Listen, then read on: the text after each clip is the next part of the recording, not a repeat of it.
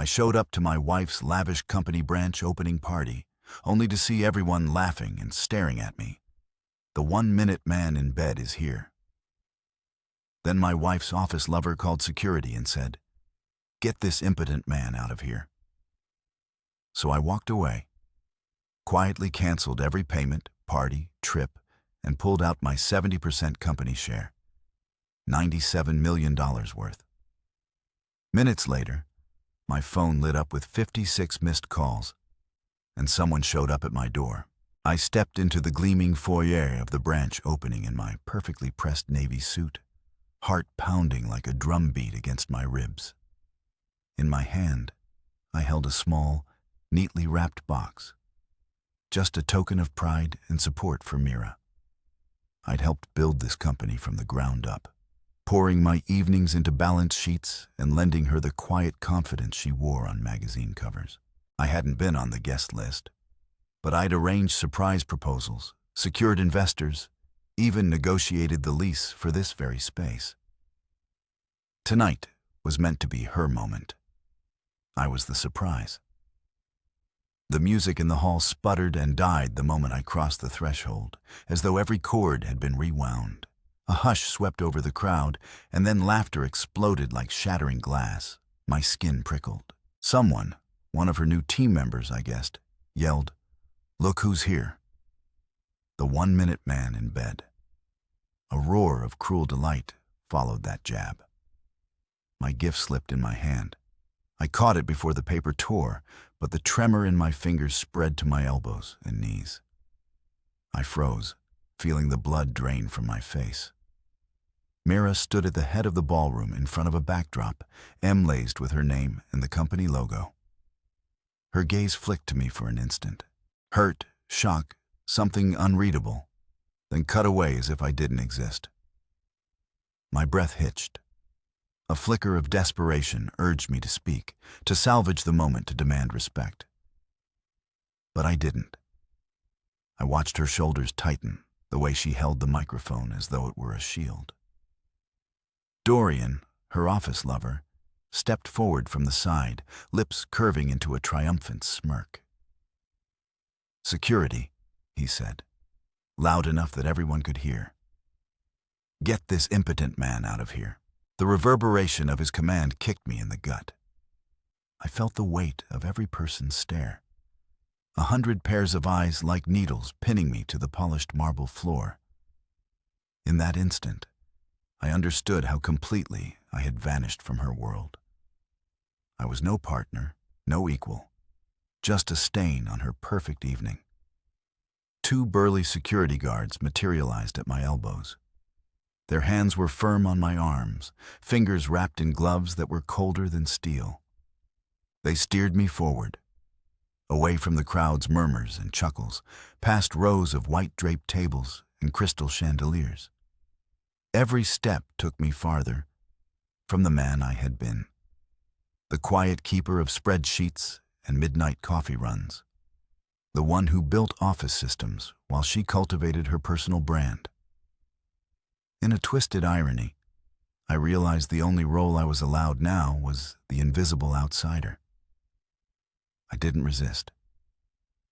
What could I say? "I'm hurt. I love you." The words felt as hollow as the applause that greeted her speech once I'd been led away. I gave one backward glance at the throng of supporters and investors gathered under soft floodlights, their expressions ranging from awkward embarrassment to gleeful satisfaction. Myra's face shone in the spotlight. Her eyes didn't meet mine. I wondered if she'd rehearsed this public disavowal with Dorian, plotted the timing so the announcement and the insult would land together like a hammer. Outside, the cool night air slapped me awake. On the steps of the venue, I paused, still in my suit and tie. The gift clutched as tightly as a lifeline. Lights from the street lamps splintered across the pavement, but they offered no clarity, only harsh illumination of the boxed present, now a symbol of my failure. I breathed in the cold, tasting resentment and disbelief. My jaw ached from holding back the retort I never voiced. Shame wove through me like a bitter perfume. I shuffled down the sidewalk, my shoes clicking in rhythm with my heartbeat. The city felt indifferent to my humiliation. Cars hurried by, couples strolled arm in arm. Neon signs flickered announcements of convenience stores and cafes. Each step peeled away another layer of my composure, until all that remained was a hollow echo of disappointment. I hadn't even argued when they ushered me out. Pride and grief wared for dominance inside me, but neither could break free. By the time I reached the curb, I realized I was still holding the gift. The wrapping paper was intact, but the ribbon lay twisted and uneven. I sank onto a low stone wall, sliding down until I was perched at its edge. The package rested in my lap, a small, bright promise that felt meaningless now. I stared at the little bow, at the neat edges of the box, wondering if I should toss it into the gutter or hold onto it like proof that I still cared. My phone buzzed in my jacket pocket, but not with Myra's name on the screen. Just a string of business notifications, reminders that my own company files awaited my attention. A text from an investor popped up. "Congrats on tonight's launch, Mirror," followed by a smiling emoji. I let the phone slip from my hand, the screen lighting up the asphalt before the device skidded to a stop. I didn't chase it. I sat there silent and still, feeling the weight of that cruel phrase echoing in my mind. 1 minute, man. The insult stung, but it wasn't only about sex. It was about worth, about power, but most devastatingly about love. They had stripped me of my dignity in front of everyone who mattered to her.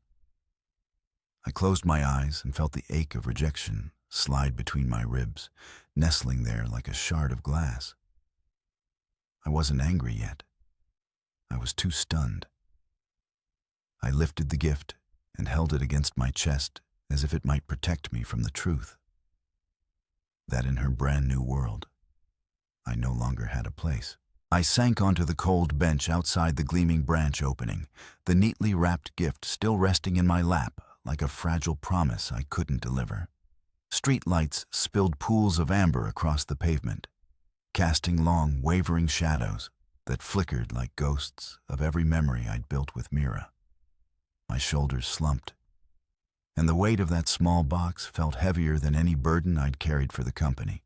I traced the edge of the ribbon with a fingertip, imagining how she might have unfurled it, cracked open the paper, and found the delicate bracelet inside. A simple silver link engraved with her initials. Instead, I sat alone, the night air crisp against my skin, and listened to the silence of a phone that ought to be buzzing with her apology. My phone did buzz, but not with her name. The screen lit up with a string of automated notifications, stock reports, reminders of upcoming board meetings, half-read emails from investors. None bore the warmth of her voice or the familiarity of a heartfelt text. I stared at the blank space where her reply should have been, and felt the ache of betrayal twist in my gut. The laughter from inside the event still echoed in my ears. Harsh, triumphant, dismissive, impotent man, they called me. It wasn't merely a taunt about my body. It was a declaration that I was useless, invisible, unworthy of the life we'd shared. The knowledge cut deeper than any insult I could have hurled at them.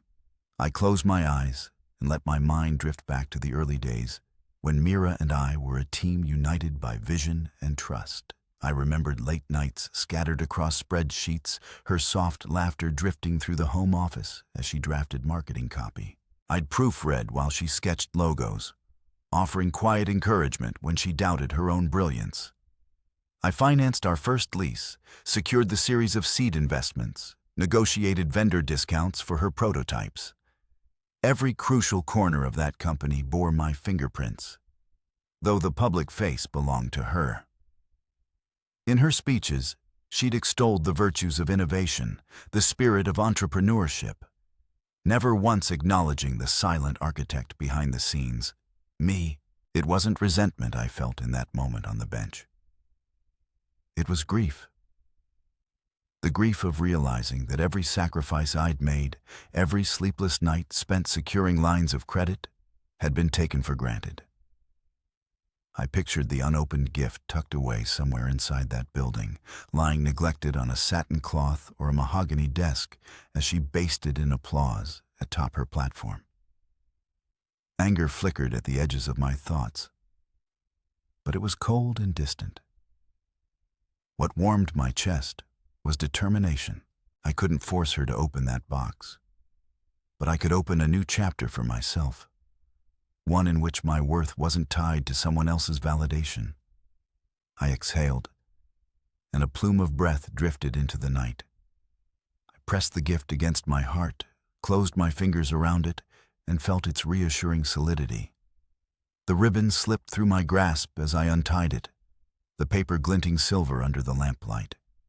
My first instinct was to peek inside, to reclaim the moment I'd lost. But I paused, looking up at the building's darkened facade through the glass walls. No longer a place I could call home. The gift was hers to open, not mine to force. With a decisive motion, I gathered the wrapping and tossed it to the ground. The rustle of paper felt like a liberation.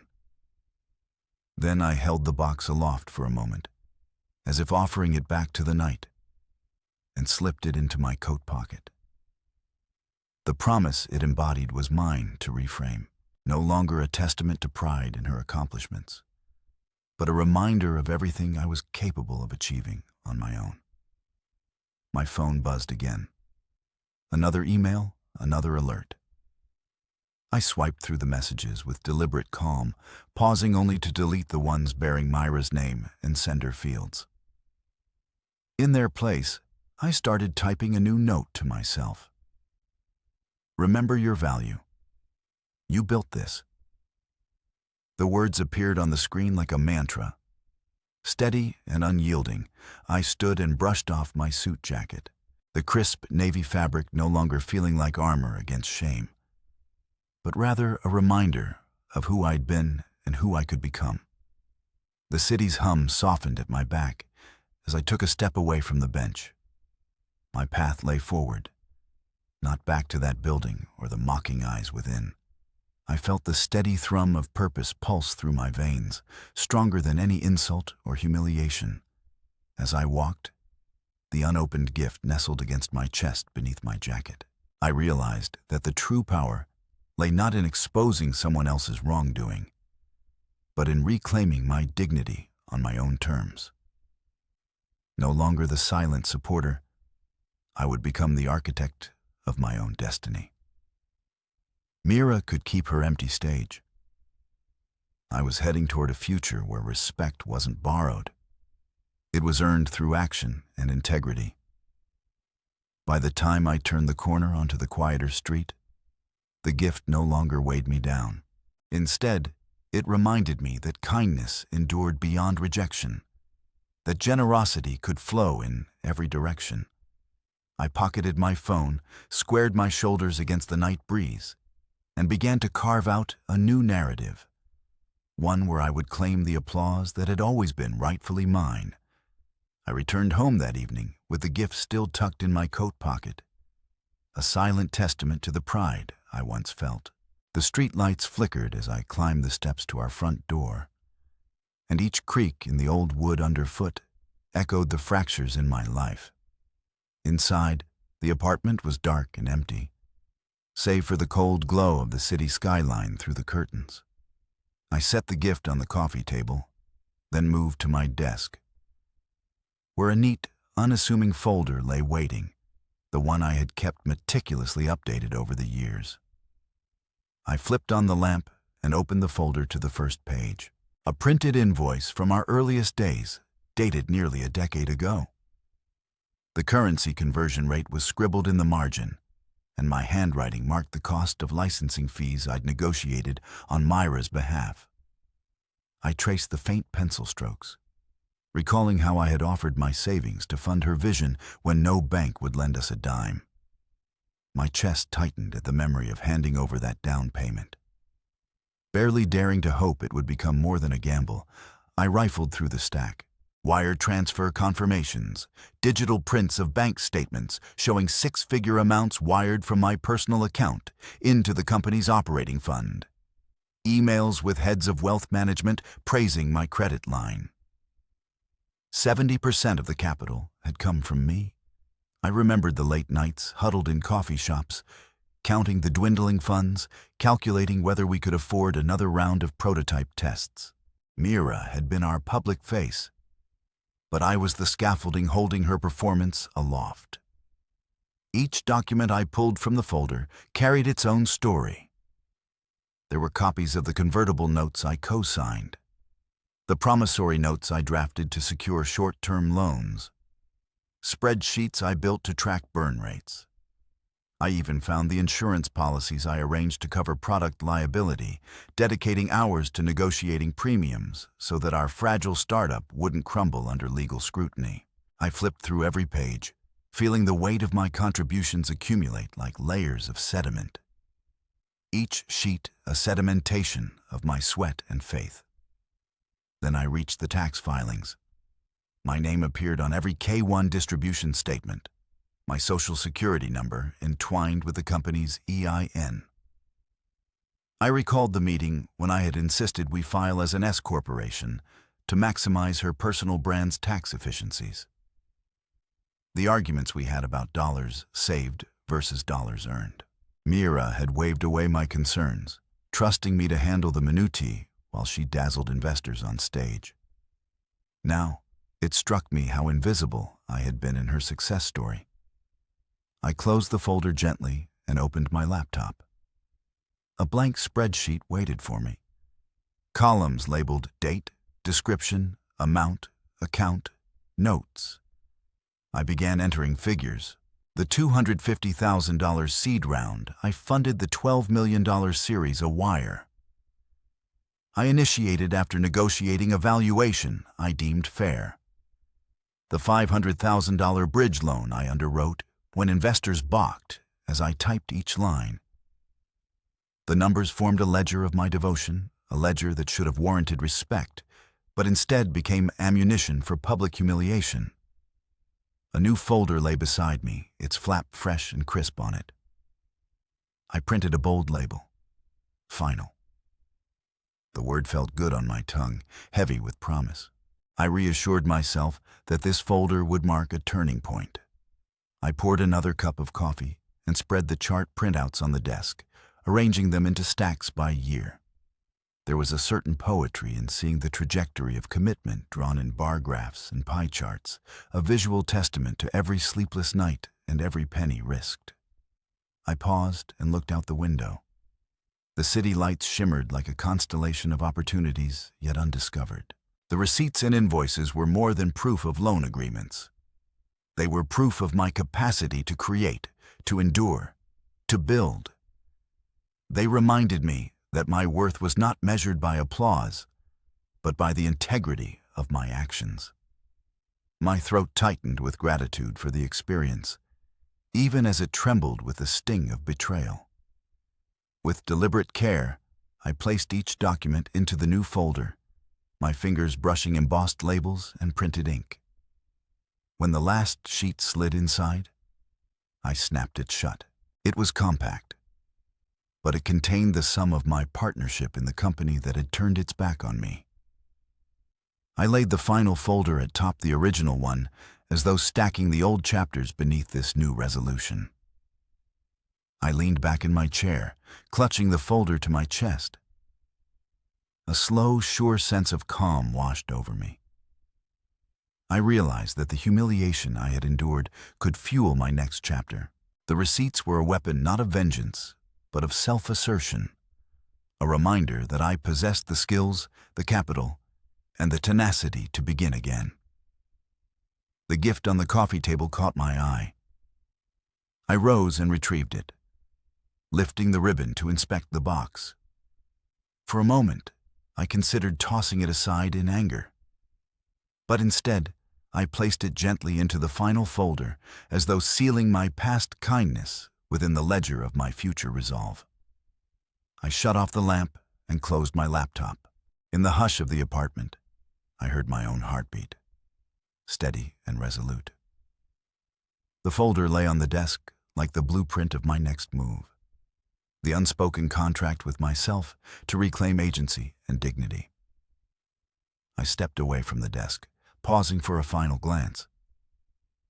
Tomorrow, I would begin executing the strategy outlined within these pages.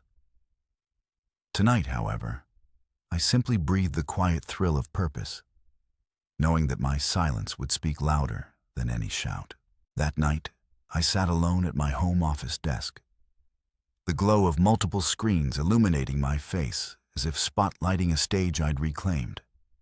Silence reigned in the apartment, broken only by the rhythmic whir of the computer's fans and the soft click of my keyboard.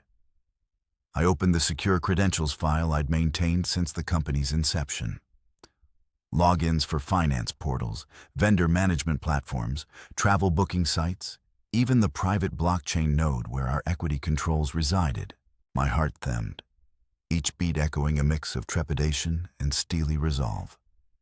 This was my moment to act, to translate my quiet fury into decisive steps that would dismantle the empire built on my sacrifice. First, I navigated to the hotel accounts. The executive retreat in Aspen slated for next month was already fully booked. Luxury chalets, ski and access, conference rooms overlooking snow-dusted pines. I clicked through the itinerary details and selected cancel reservation. A cascade of automated prompts confirmed my authority. The system displayed a polite apology notice, promising full refunds. I let out a small breath, tasting the bitterness of reprisal mingled with the sweetness of justice. No more would they toast champagne in my name while mocking the man who funded every reservation. Next, I turned to the vendor contracts. I accessed the procurement portal and located the executive lounge renovation at their flagship headquarters. Marble flooring, custom cabinetry, a sculptural reception desk. I marked the contract, terminate, then sent the official notice. At the same moment, I canceled 3 catering agreements for the gala dinners, stopped payment authorizations for the branded swag shipments, and retracted our commitment to a 5-year audiovisual service contract. Each cancellation triggered an email, tour notifications that didn't know the full story. I pictured the panic that would ripple through her team when they realized their polished events and white glove services had been yanked away, leaving bare walls and empty plate carts.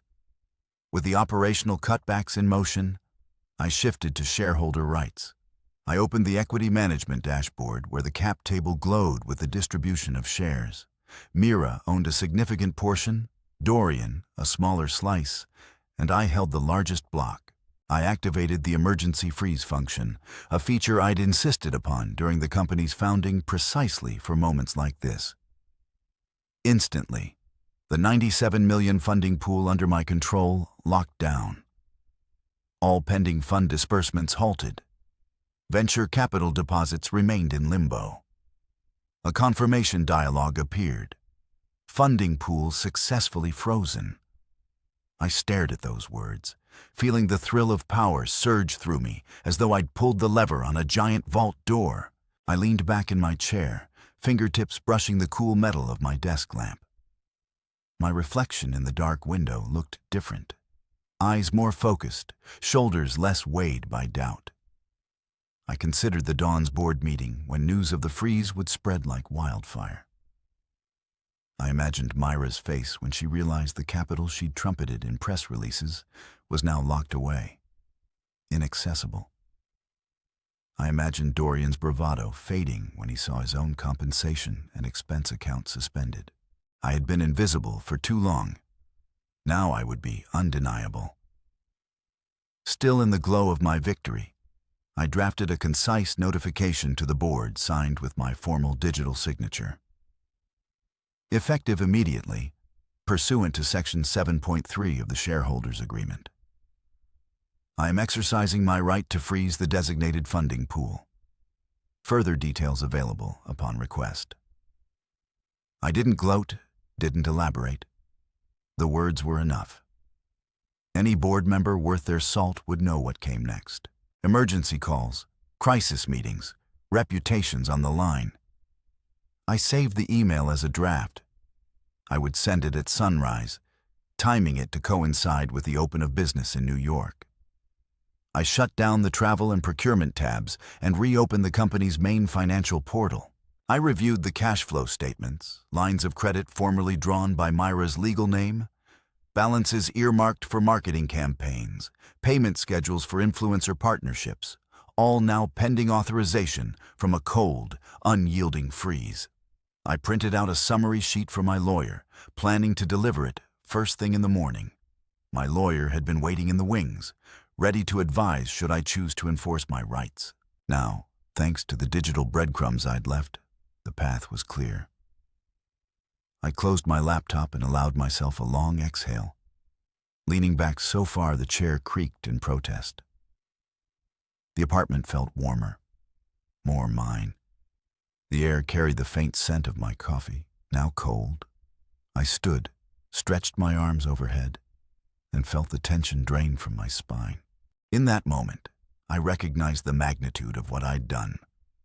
Seized control, asserted my stake, and sent a message that silence, yes, my trademark silence, could be louder than any public outcry. At the edge of my desk lay the final folder from the night before, containing every invoice and wire transfer I'd ever made. I reached out, placed a hand on its textured cover, and tapped it gently. It felt solid, like the foundation beneath my feet. I would move forward with this document as both armor and blueprint. Before leaving the office, I retrieved my phone and composed a brief text to Mara, Myra's assistant. "Morning. You and I need to talk." I didn't elaborate. She would sense the gravity. Then I locked my phone and slipped it into my pocket, heading toward the bedroom. As I crawled under the sheets, fatigue washed over me in heavy waves. Yet beneath the exhaustion, excitement shimmered. I had disrupted their world at the very core. I had reclaimed agency over my own life and finances. Tomorrow would bring chaos for them, but for me, a calm dawn of autonomy. I drifted to sleep with the hum of the city outside my window. A lullaby to accompany a man unbowed, unbroken, and ready to forge his own destiny. Morning light filtered through the hotel curtains, painting soft gold stripes across the rumpled sheets. For a moment, I lay still, listening to the distant hum of traffic below and the faint click of a hallway door. My phone lay silent on the nightstand, but I already knew what awaited me. An avalanche of missed calls and messages that would shatter the precarious calm I'd carved for myself. I steeled my resolve and sat up, swinging my legs over the edge of the bed. My suit jacket hung on a chair beside the desk. I shrugged into it, the fabric snug against my shoulders, and patted the inside pocket where I kept a copy of the board notification. From here onward, everything would happen on my terms. I reached for the phone. 56 missed calls glared at me, a retrospective on the chaos I'd unleashed. Mira, Dorian, Mara, my lawyer, and even a handful of numbers I didn't recognize. Name after name insisted on explanations. A string of voicemails ran longer than I cared to listen, pleading apologies, stammering questions, frantic promises. I let the screen settle on the voicemail list and tapped delete. Each press felt like another step away from the man they thought they could break. I returned to the message list and began deleting texts, emails from investors demanding conference calls, push notifications from project management platforms, spamming urgent alerts, social media pings from colleagues tagged in crisis threads. I didn't intend to hide. I intended to choose my moment to respond. For now, silence remained my strongest statement. I rose and made my way to the minibar. The plush carpet whispered under my feet as I poured a glass of water and took a deep swallow. With my reflection in the mirror, dark circles under my eyes, expression calm but hawk-like, I felt something shift inside me.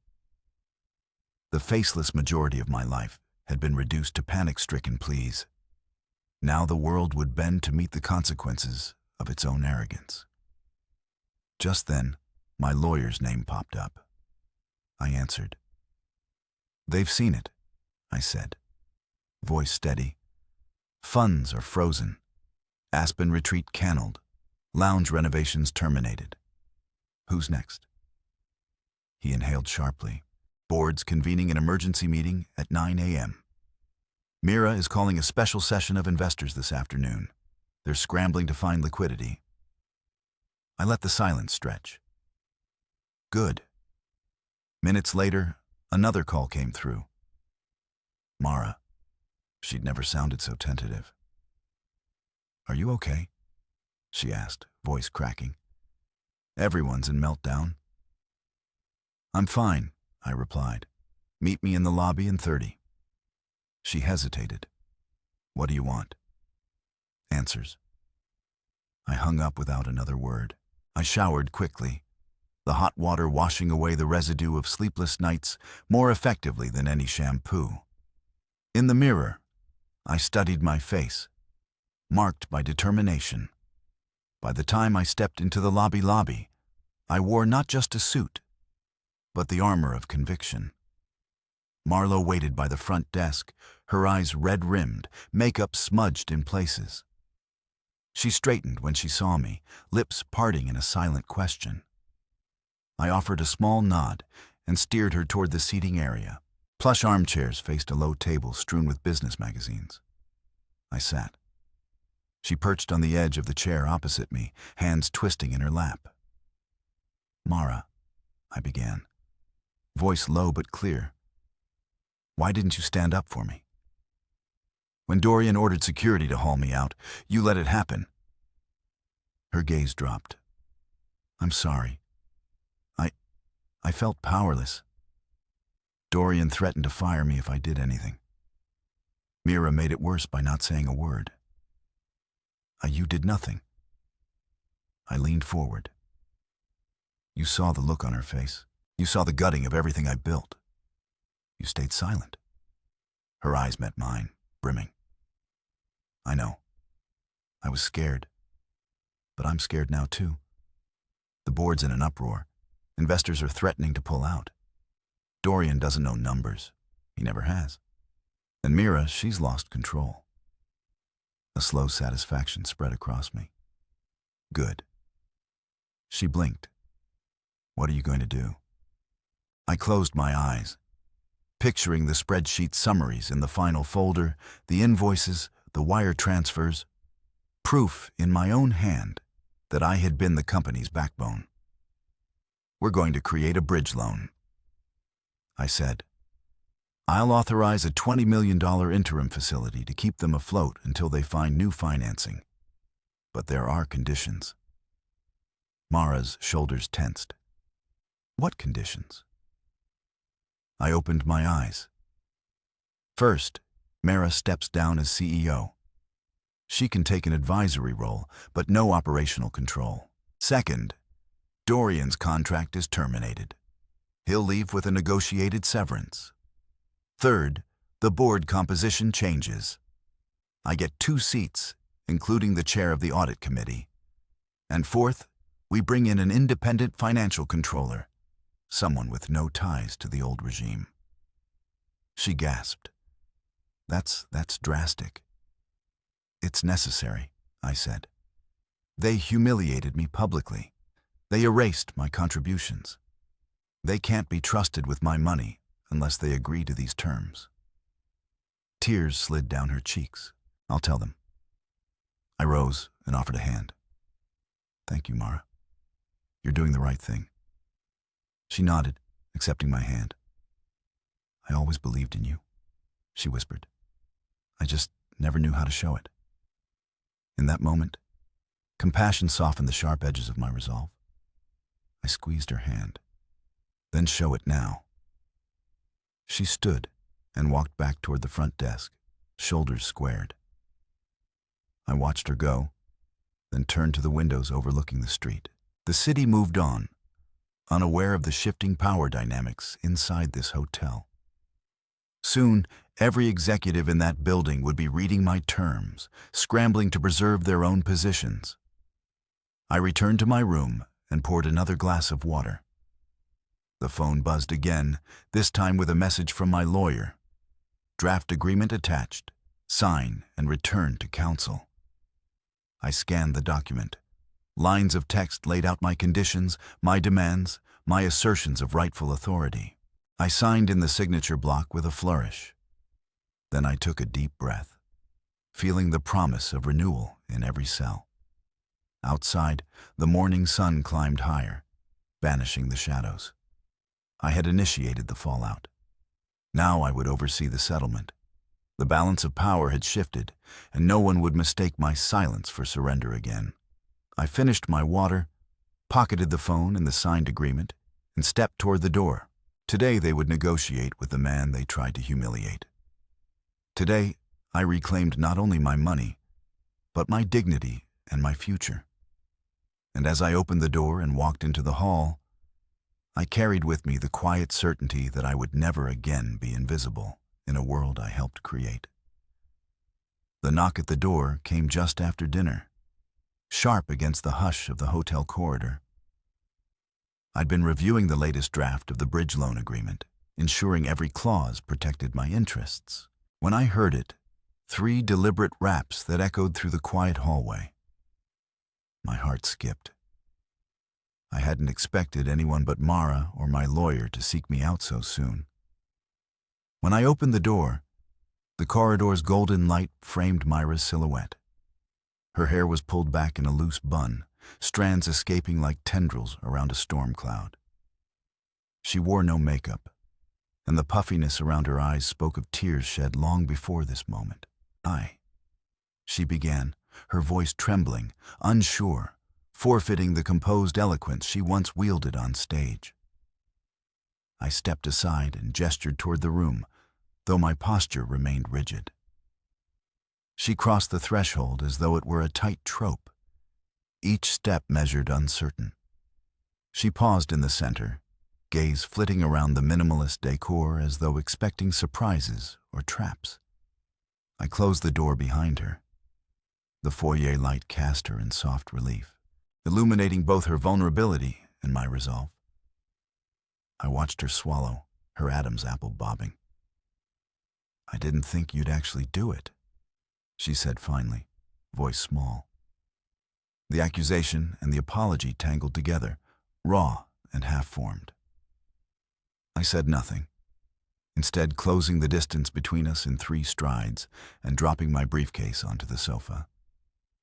It landed with a thud that underscored the gravity of our new reality. She took a step back, eyes wide.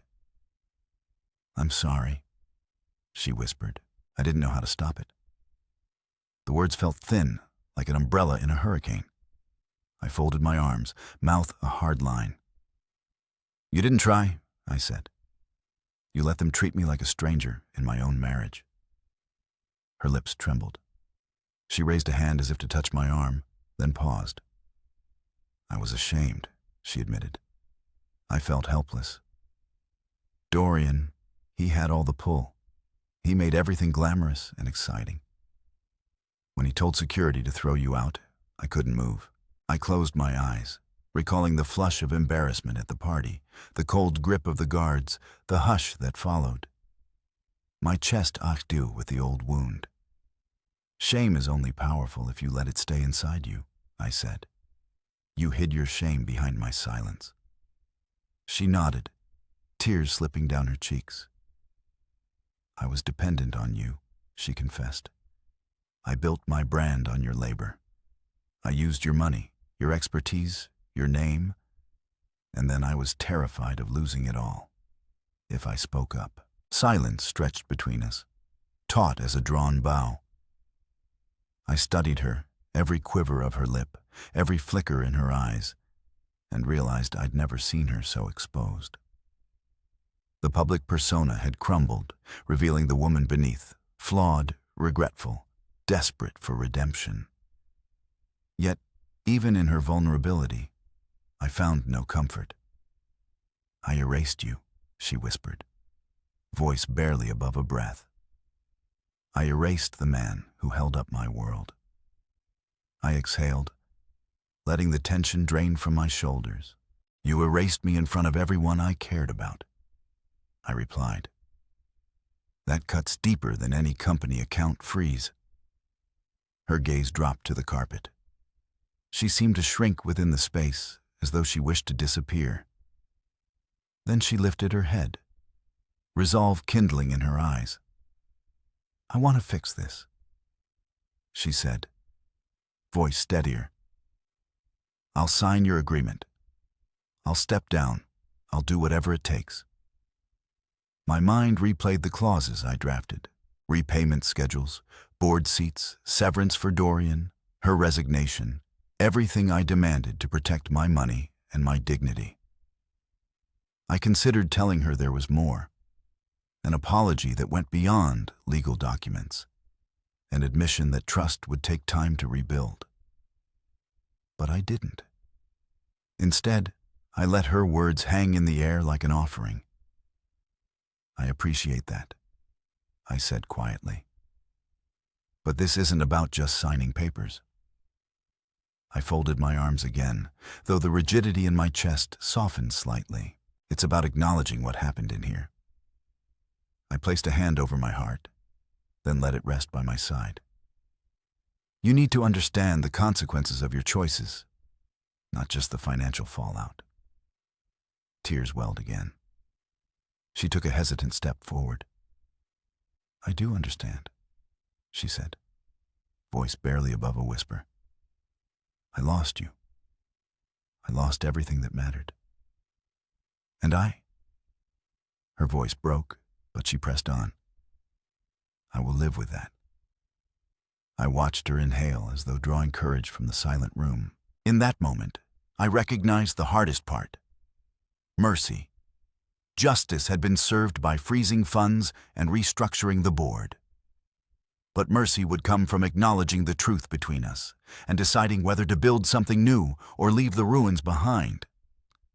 I sighed, the sounds soft, and waited. "I'll send over the revised agreement tomorrow." I said it will include a clause about a public statement, something to acknowledge the truth of what happened so the world can see more than just the headlines. She nodded, determination tempered with humility. "I'll do it," she promised. We stood in silence again.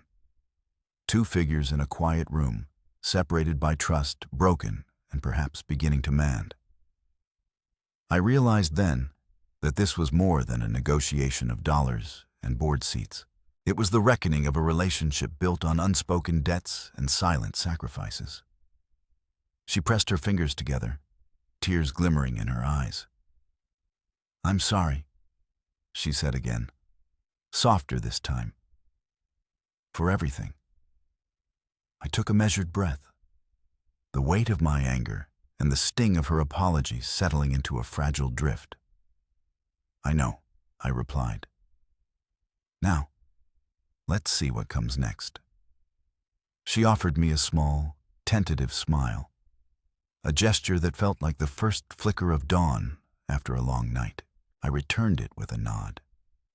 Then, without another word, I turned toward the desk where the folder labeled "Final" lay waiting, and she followed me. Together, we stood at the precipice of an uncertain future, one we would have to chart without the safety net of silence. When I walked back into the company offices the next morning, the familiar hum of printers and ringing phones had been replaced by an uneasy silence. The lobby's polished marble floor reflected a scene of quiet abandonment. Half of the reception chairs lay empty, and the display cases that once held gleaming product prototypes stood empty or dusty. I carried my briefcase in one hand and the final folder in the other, each step echoing against the walls in a way that underscored how thoroughly the landscape had changed. My arrival prompted glances from a handful of remaining staff members, their expressions flickering between relief and trepidation. I nodded once, acknowledging the tension that hung over the place like a thick curtain. Upstairs, I found Mara sitting at her desk, drumming her fingers against the mahogany surface. When our eyes met, relief washed over her features. She rose to her feet, clutching a single sheet of paper. "He's here," she said softly, nodding toward the glass-walled boardroom. "Dorian is waiting. The others are in the next room." I thanked her and entered the boardroom, where a circle of uncomfortable chairs faced a broad conference table. Mira sat at the head, looking small in an oversized blazer, her hair pulled into the same bun she'd worn at the hotel. Dorian stood by the window, arms crossed, but his usual smirk was gone. He seemed hollowed out, as though he knew his position was untenable. A handful of executives clustered in the far corner, whispering with furrowed brows. Investors lingered by the door, watching me like predators, evaluating whether to strike.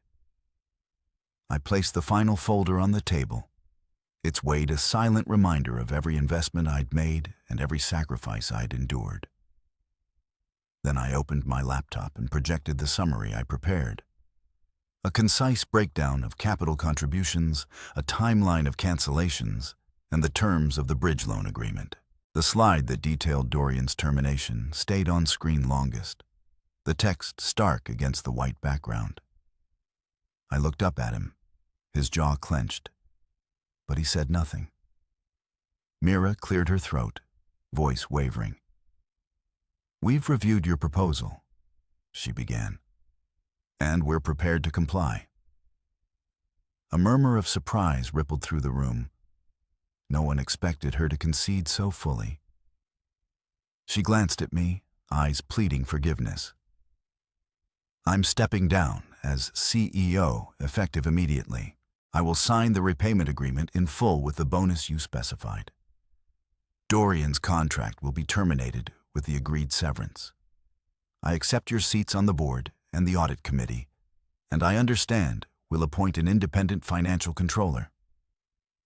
As she spoke, I observed each reaction. Reliefs softened some faces, while others froze in indignation. Investors scribbled notes. Legal counsel leaned in to whisper with Mara. Dorian's shoulders sagged, his gaze dropping to the floor. I felt a surge of vindication, but also a flicker of something unexpected. Sorrow for the ruinous path we'd taken. When she finished, I stood and closed my laptop. "Thank you," I said simply. I paused, letting my gaze sweep across the room. This isn't just about restoring operations. It's about acknowledging accountability for the humiliation I endured, for the structure I provided, for the trust that was broken. I met Myra's eyes. "Your apology is on record, and your actions will honor it." A board member cleared his throat. "What is your plan moving forward?" he asked, voice cautious. I opened the final folder and handed him a printed roadmap. 3 pages outlining the restructuring timeline, milestones for fundraising, and benchmarks for executive performance. We'll stabilize liquidity through the bridge loan, then pursue a Series B with new investors who align with our vision, I explained. We'll streamline operations, reduce overhead, and rebuild staff morale through transparent leadership. The independent controller will audit past expenditures and recommend best practices. We'll institute quarterly reviews for executive conduct to ensure accountability. Questions followed about projected revenues, marketing budgets, product roadmap maps. But I answered each with clarity, drawing on the deep knowledge I'd accumulated over years of silent stewardship. With every response, I felt the cushion of respect grow beneath me. It was a far cry from the moment I'd been escorted out by security. Now I commanded the room. When the meeting adjourned, Mira approached me as others scattered toward their offices. She offered me a small envelope. "This is a letter," she said softly. "I asked Mara to give it to you." I opened it and withdrew a single sheet of heavy parchment. Her handwriting was looped and precise, the ink still damp with intention. I read, "You were the frame to every photo. I hung them up and forgot who held them together. I am sorry for letting you become invisible." I felt the words settle into my chest like a warm ember. I folded the letter and placed it in my jacket pocket. Myra's eyes brimmed. "I know it doesn't fix everything," she whispered, "but it's the truth."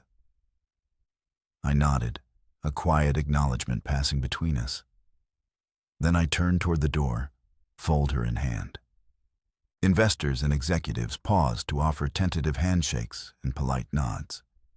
I accepted each greeting with a calm smile, feeling the weight of my isolation lift with every introduction. Passing Dorian, I held out my hand. His eyes flicked up, meeting mine. For a moment, I saw regret in those dark depths. He took my hand, and our grip was brief but honest. "Thank you," he mouthed, no sound escaping his lips. Outside the boardroom, I inhaled deeply, the recycled office air tasting sweeter now that we'd confronted the past.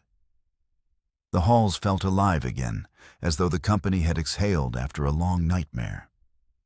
Staff members re-emerged from corners, some offering shy smiles, others nodding in respect. Mara caught my eye and gave a small thumbs up.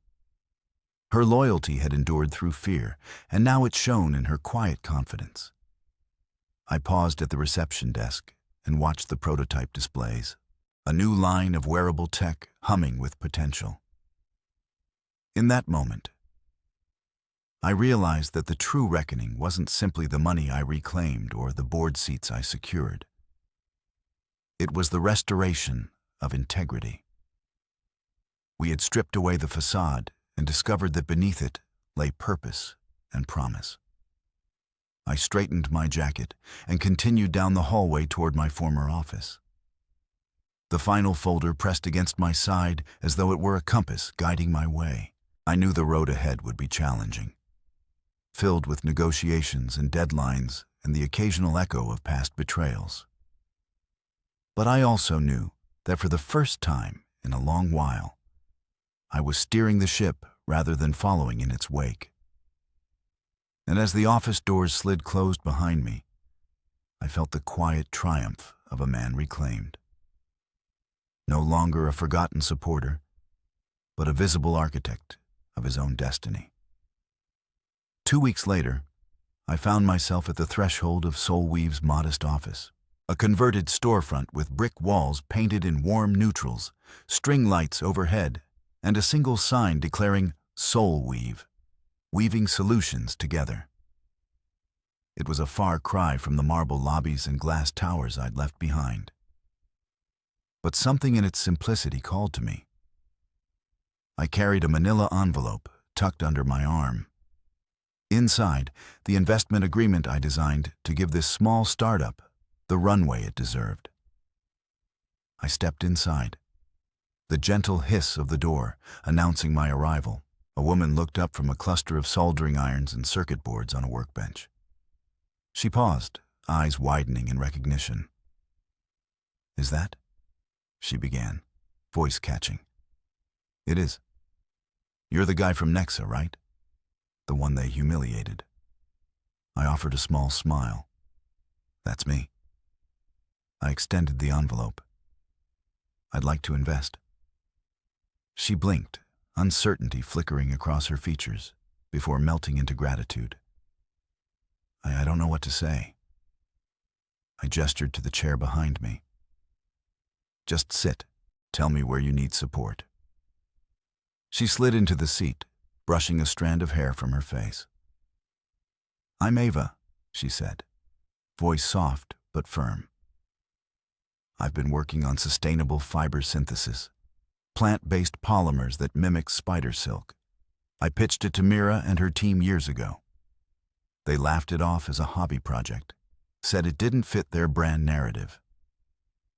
I kept going alone, cobbling together equipment, teaching myself structural modeling on nights and weekends. I nodded. Persistence pays. I placed the envelope on the table. This will cover your next 18 months of R&D, equipment upgrades, and pilot manufacturing. Her eyes filled with tears. You're giving me everything I asked for years ago. I'm giving you what you earned, I said. Your idea had legs. I regretted not supporting it before. Ava exhaled, relief evident in her slumped shoulders. She opened the envelope and skimmed the agreement. Terms fair, no hidden clauses, interest rates designed to foster growth rather than extract profit. When she looked up, her smile lit the room brighter than the overhead lights. "Thank you," she said simply.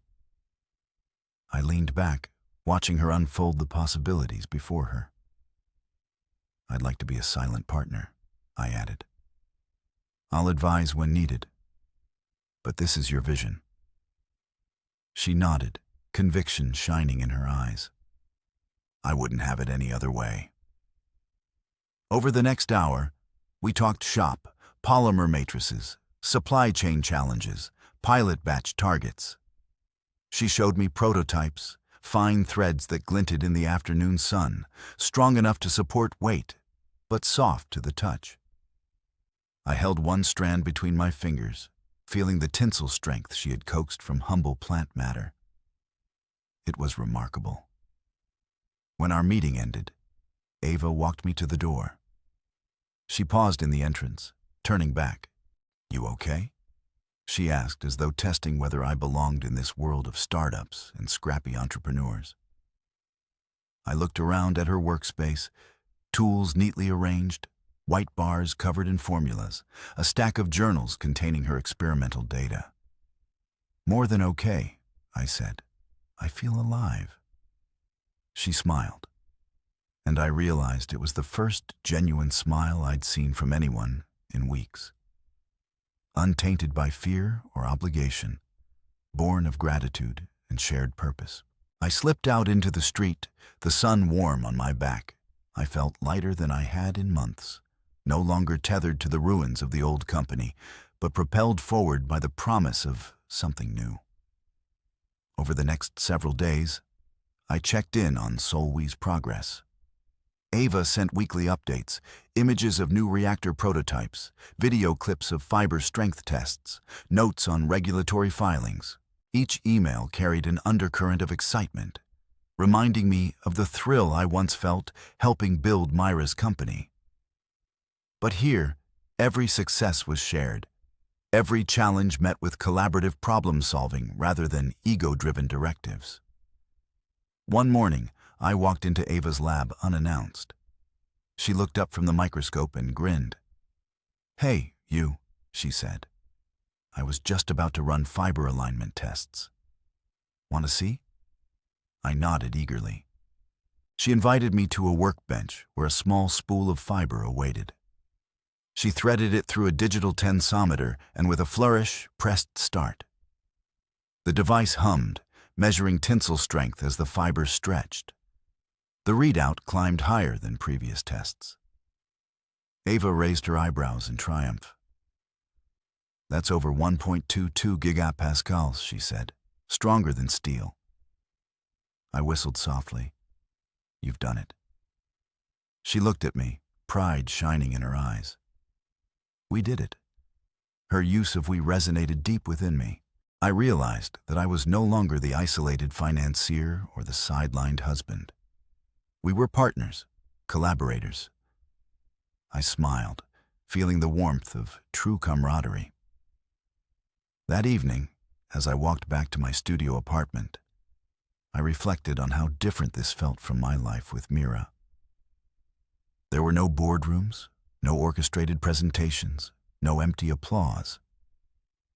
There was only purpose, mutual respect, and the quiet satisfaction of shared achievement. I pulled out my phone and drafted a text to Mara, who'd become one of my few confidants invested in Soul Weave. It feels right.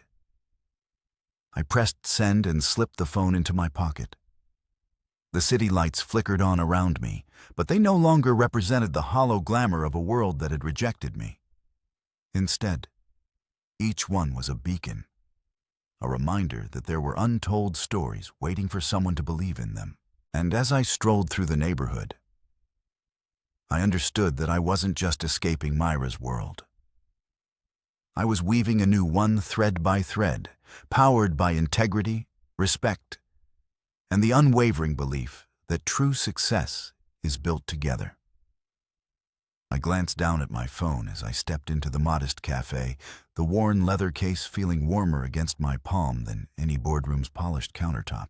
Mara was already seated at a small round table by the window, the morning light catching the gold flecks in her coffee, and the tear tracks still faint on her cheeks. I lowered myself into the chair opposite her, setting the briefcase between us like a barrier I intended to keep sturdy. For a moment, neither of us spoke.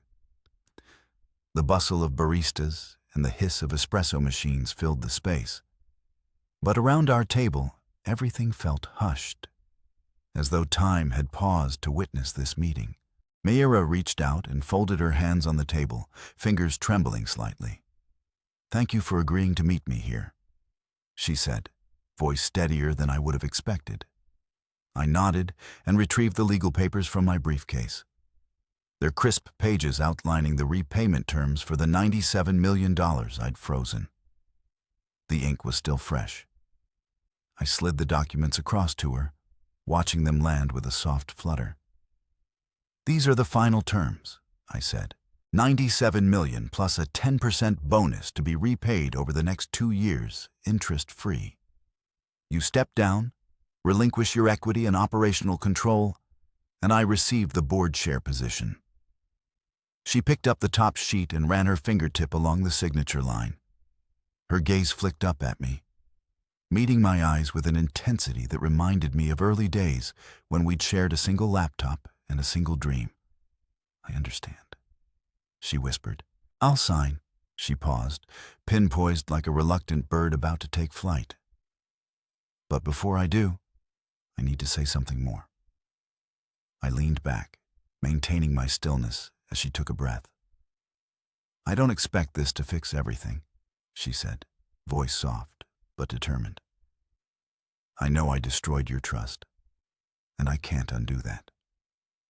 But I want you to know that I finally see the cost of my ambition. I lost sight of who you are and what you gave me. I hung the pictures of our success on the wall and forgot who built the frame." Her words landed in my chest like a fist wrapped in velvet. I felt the tension loosen slightly, though I kept my expression unreadable. "Your apologies noted," I said. "What matters now is action. The world needs to know the truth." She nodded and slid the repayment and resignation papers toward me, signing them with controlled strokes. Then she reached into her purse and withdrew another document, a short public statement drafted on my instructions.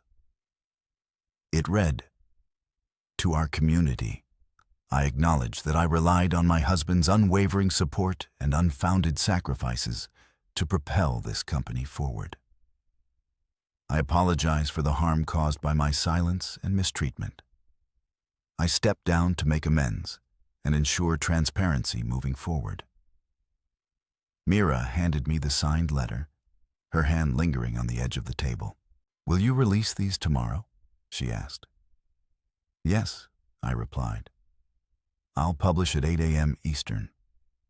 The clatter of cups and the murmur of conversation around us resumed its normal rhythm, and the moment of stillness faded.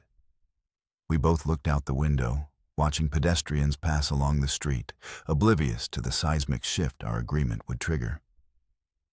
She folded her hands again. "I don't know who I am without the title," she confessed, voice fragile. "But I want to learn." I studied her, bruised but resolute, humbled yet hopeful. "Then learn," I said. take responsibility. Find a new purpose. I'll withdraw my support for extending operations in your direction, and you can forge your path from scratch." She nodded, tears welling once more, and offered a faint smile. "Thank you," she said, voice thick with gratitude. I remained silent, allowing the weight of our exchange to settle between us. The cafe's atmosphere felt lighter now, as though honesty had lifted a cloud. I stood, gathering the signed papers in my briefcase. As I walked away, I heard her call my name. I paused, turned, and she mouthed, "Good luck." I offered a curt nod and stepped into the sunlight of a future no longer defined by shared illusions, but by the clarity of truth and the promise of new beginnings. I moved into my new studio apartment the day I finalized the last of the company documents. 10 feet by 12 with a window overlooking a brick courtyard.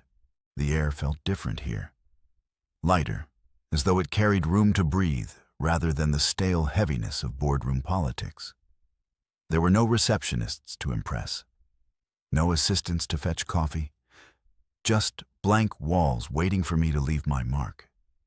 I carried in a single cardboard box containing essentials: a laptop, notebooks, my favorite fountain pen, and the silver bracelet I'd meant to gift Mira. I placed the box on the hardwood floor, paused, and then set it aside unopened. I unpacked slowly, arranging books on a shelf, rolling out my yoga mat, hanging a handful of abstract prints I'd picked up at flea markets. Each task felt grounding, a reminder that life continued beyond spreadsheets and shareholder votes. I made coffee on a small hot plate, the aroma filling the room in comforting swirls. As I sipped from a chipped mug, I glanced out the window at the courtyard below.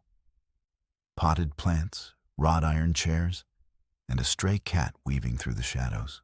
It felt like an actual home. In the days that followed, I settled into a new rhythm. Mornings began with stretching and journaling.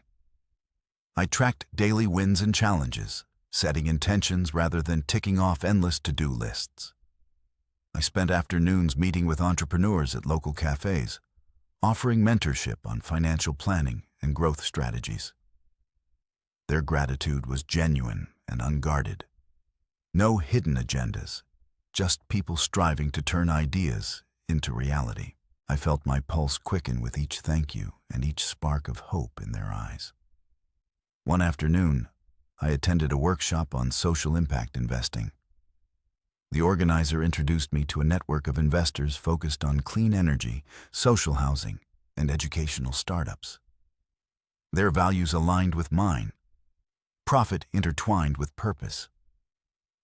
I spoke passionately about SoulWeave sustainable polymers and offered insights from my own experiences.